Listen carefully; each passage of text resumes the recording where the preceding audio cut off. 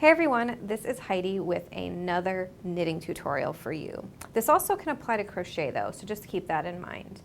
Today I'm going to talk about making the most of one skein of yarn. Right here is one of those new cake yarns. So this is all one continuous piece of yarn, but it's dyed with a built-in gradient, so you don't have to deal with weaving in ends if you want to do color changes.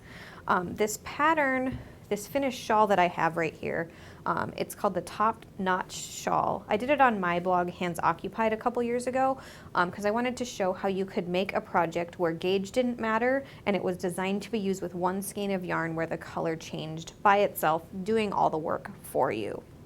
So you can see when you see this whole piece all together, how the color change works in the yarn. So this shawl was started from the center here and worked outward, going back and forth like this in kind of a horseshoe shape to form this square shawl with a notch in it for your head. Working on projects that sizing isn't critical is one of my big tips for working with one skein of yarn.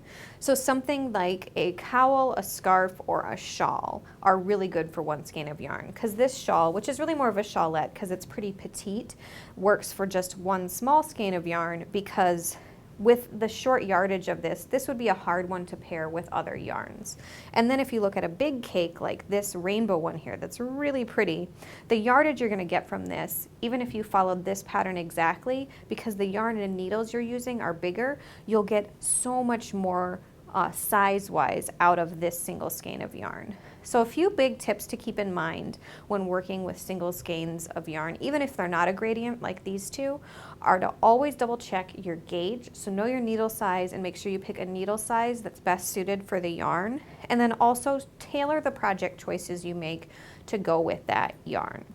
And another thing you can do if you're running out of yarn, and say you got as far as the size of this shawlette and decided you wanted it to be a little bigger, you can also go bold with your color choices and add another color as long as the fiber content remains pretty consistent.